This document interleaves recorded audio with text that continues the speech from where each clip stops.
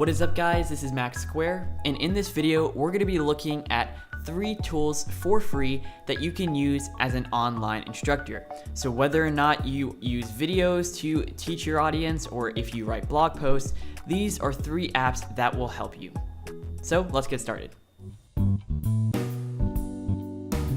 So the first one may seem a little obvious to some of you out there, but I tend to use Preview a lot for editing screenshots. So sometimes when I'm writing out a text version of a tutorial, or if I'm just creating notes for myself, I like to have screenshots in there. However, sometimes those screenshots can reveal some personal information, like a private email or some other kind of profile picture, maybe whatever it is that I don't want to show to the audience. So what I can do is open up that screenshot and annotate it. Let's check it out. So I have a screenshot here from my YouTube dashboard, and while there's not actually any information in this screenshot that I don't want to reveal to you guys, let's just say that I want to hide the number of views. What I can do is come up to the briefcase, which will reveal the toolbox, and I select a rectangle, and I just put a white rectangle on top of that text. Now, if you're not using a white background, you can come into the colors, select show colors, then you can just use the eyedropper tool to match the color that you're trying to hide. Now there's a ton of other tools that Preview has to offer, but the main other one that I use is text boxes. Now this is really helpful just to add some more information to the screenshot. So for example, I can add views undisclosed, and then I can just drag that to where I want it and hit save. Now as soon as you hit save, all of those changes are saved to the screenshot, but then if you open it again in Preview, you can't actually undo those changes. So you just want to make sure you're done editing before moving on. Now the second tool that I find really helpful is the ability to hide my desktop icons. Now ScreenFlow actually has this feature built in. If I select it from the menu bar, you can see I have the option to hide or show there. But for those of you who aren't using ScreenFlow and are just looking for a simple way to do this, there's a free app called Hidden Me. Now this is super simple. All it does is it just sits in your menu bar. If you click on it, you can select show and it will reveal those icons. If I click it again and hit hide, it'll of course hide those. You also have an option to customize the hotkey. So if I select it again, you can select global hotkey and record it. I already have it to Command-Shift-I for icon. So if I press those keys, you'll see it shows up. And if I do it again, they'll go ahead and hide. So it's just a really quick way to hide your desktop. So if it's super cluttered with a ton of files or folders, you don't have to go and move them to another folder. All you have to do is just hit this icon and they'll be hidden for you. And the third tool allows you to create GIFs. Now, while screenshots can be really helpful for the audience to add a little bit more information, and in addition to just using text, sometimes you need to create a short little video showing them how something specific is done.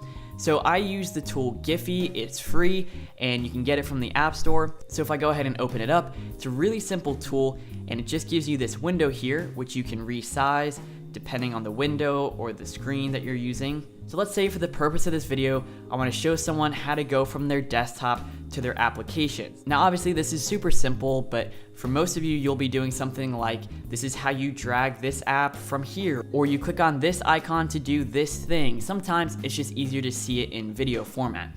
So now that I have this Finder window open, I can open up Giffy and I can resize it. I like to put it right on the edge of all the corners.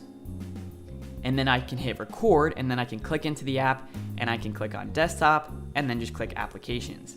Then when I'm done, you can come down here and you can just select stop. And the only thing that's a little buggy about this app is if you click on the video you want to open, then you do have to move these windows around because anything that's underneath this green window can't actually be selected.